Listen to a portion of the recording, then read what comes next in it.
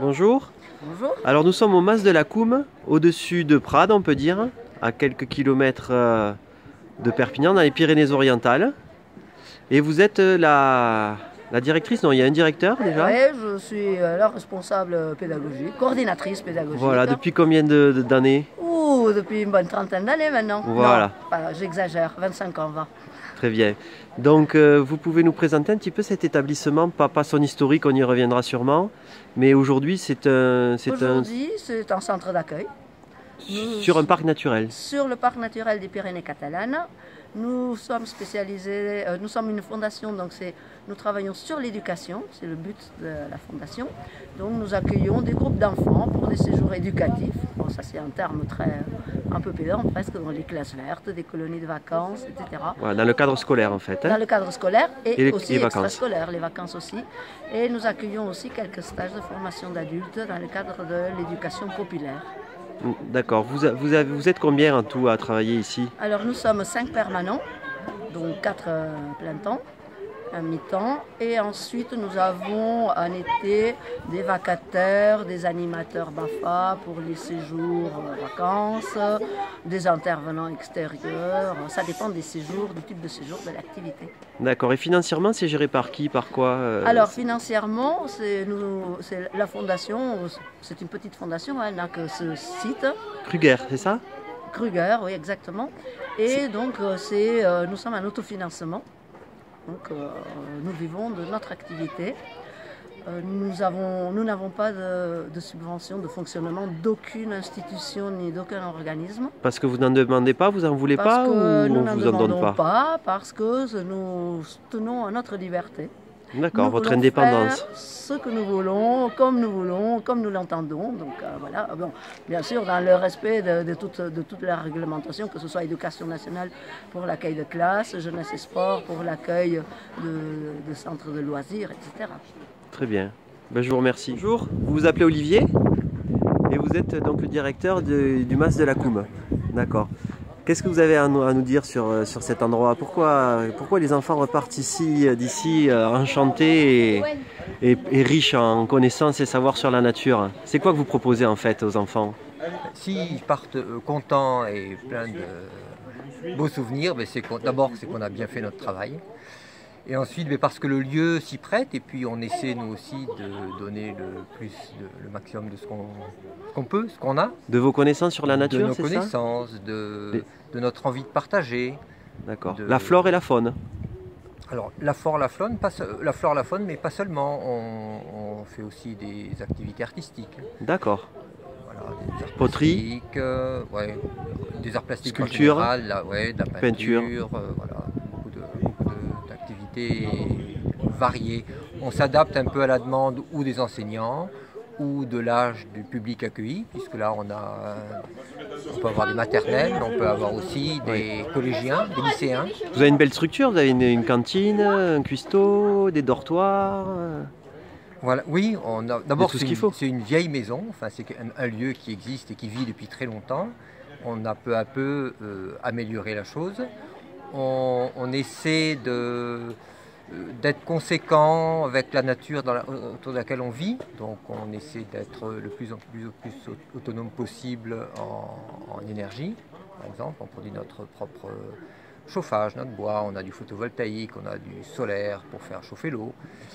On a un cuisinier parce que ça nous permet d'élaborer au maximum les repas, les menus. Et du coup, on ne fait pas que du bio, mais on essaie de travailler au maximum avec les produits locaux et les produits de saison. D'accord. Est-ce que donc on peut venir chez vous? Non, c'est que dans le cadre scolaire ou je veux dire, c'est pas un centre de vacances pour famille? Non, bien sûr que non. Hein, alors on est réservé. Voilà. Ouais, on n'est pas adapté aux familles, mais on accueille des groupes d'enfants, des groupes des Pyrénées-Orientales uniquement? Pas seulement. On a, alors le plus loin qu'on a eu, c'est l'année dernière, un groupe de Chinois qui venait pour une masterclass de chant. Il n'y a pas plus loin. Hein, il n'y a pas plus loin, je pense. Ouais. Mais on a beaucoup de groupes de Catalogne Sud, d'Angleterre, d'Allemagne. Donc les scolaires, ils passent la nuit ici, au moins une nuit, 2 nuits? Parce qu'il y a combien de kilomètres il faut 1 heure pour venir de Perpignan? Il faut 1 heure, oui. Alors malheureusement, les séjours sont de plus en plus courts, ce qui nous pose problème aussi, parce que si on veut passer un message, c'est difficile des fois en juste 2 jours. C'est plus court pourquoi? C'est une question de finances? Principalement financier. Après, les parents aussi ont du mal peut-être à se séparer longtemps des enfants. Ah. Et puis les accompagnateurs aussi, ils doivent suivre. Et les enseignants, c'est vrai que ça demande un grand investissement. D'accord. On vous trouve sur le web, sur internet? Vous avez un site? On a un site, oui, lacoum.eu. Tout à fait, d'accord. Bon, et puis on a un blog aussi. Très bien, bon, on ira voir ça. Je vous remercie. Bonjour. Bonjour. Vous êtes la directrice de l'école de Bages. C'est ça. Vous vous appelez? Frédéric Pacreux. D'accord, et vous avez amené 40 élèves aujourd'hui? 46 exactement. 46, d'accord. Ouais.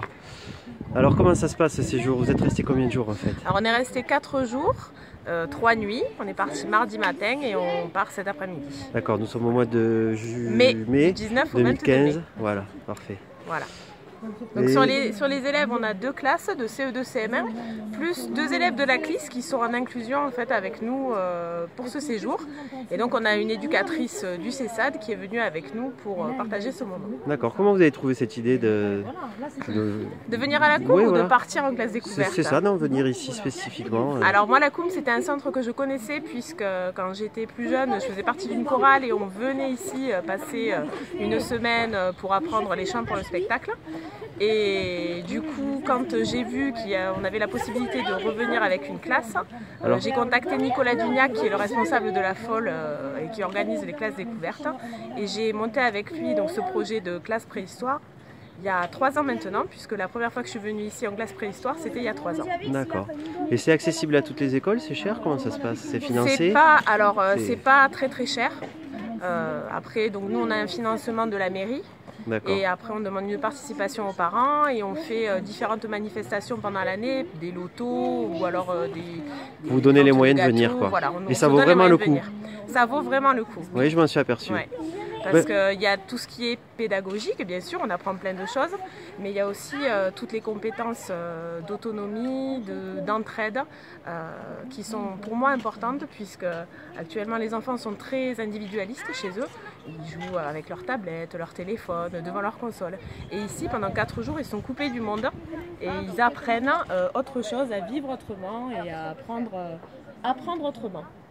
Très bien. Donc quand ils arrivent au début, ils sont un peu perdus parce qu'il y a des règles, ils n'ont pas l'habitude, mettre la table, débarrasser, aller se doucher à des heures précises. C'est comme les colonies de vacances. C'est comme les colonies de vacances. Et on apprend plein de choses. C'est ça. Ben, je vous remercie. Merci. T'as un bout de ficelle qui dépasse? Non.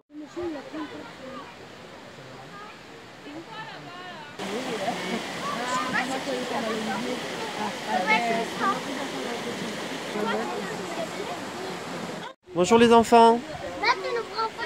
Qu'est-ce que vous nous avez fait là, Zachary? C'est quoi? Non, ça c'est pas nous. Ça c'est à nous. Ça C'est pas nous, ça c'est nous. Alors quoi? Ça c'est quoi? Ça c'est le pont de Washington. Le pont de Washington? Ouais, c'est le plus grand pont du monde apparemment. Oh, mais c'est vrai que ça c'est exactement mais ça. pour les fourmis. Super. Et il y a combien de fourmis qui passent par jour sur le pont? 0 parce qu'on est en train de le construire. Ah d'accord, il n'est pas praticable encore, ok. Pas encore. Allez, bon, on reviendra plus tard alors, merci. Des grosses. C'est quoi que tu nous as fait là? C'est un parc d'attractions. D'accord, le Grand 8, c'est ça?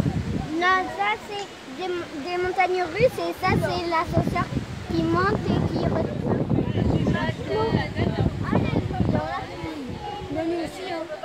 Bonjour les filles, qu'est-ce que vous êtes en train de faire hein? On est en train de planter un bâton. D'accord. Bon, comment ça s'est passé ce séjour?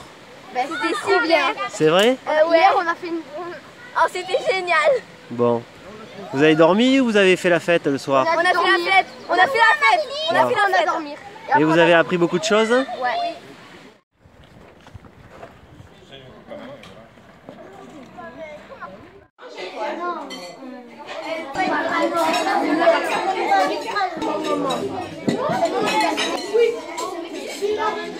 C'est quoi que vous mangez? C'est un repas préhistorique? Et vous savez ce qu'il y a dedans? C'est du locro. Du locro. Est-ce que tu sais comment ça s'écrit? L-O-C-R-O.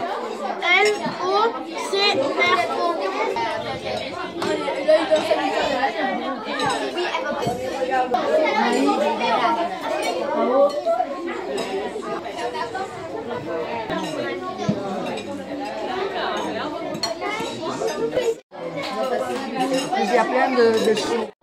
De quoi? Oui. Ah ben attends, mais on va vous le mettre dans ça. Non. Faut passer. L'équipe enseignante, avec les cadres et les parents d'élèves, présidée par un international de rugby et la doyenne. Il n'y a pas de lait là.